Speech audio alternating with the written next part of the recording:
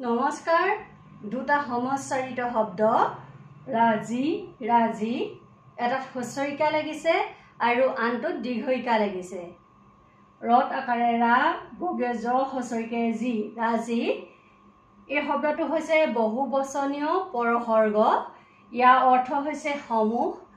সাধাৰণতে সংজ্ঞা শব্দৰ পিছত এই ৰাজি শব্দটো যোগ হয় উদাহৰণ স্বৰূপে অসমীয়া সাহিত্য বুলি ক'লে আমি অসমীয়া ভাষাত ৰচিত সাহিত্যৰাজিকে বুজো আনহাতে ৰত আকাৰে ৰা বগে জ দীৰ্ঘইকাৰে জি ৰাজি এই হৈছে বিশেষণ শব্দ ইয়াৰ অৰ্থ হৈছে স্বীকাৰ কৰা বা সন্মত হোৱা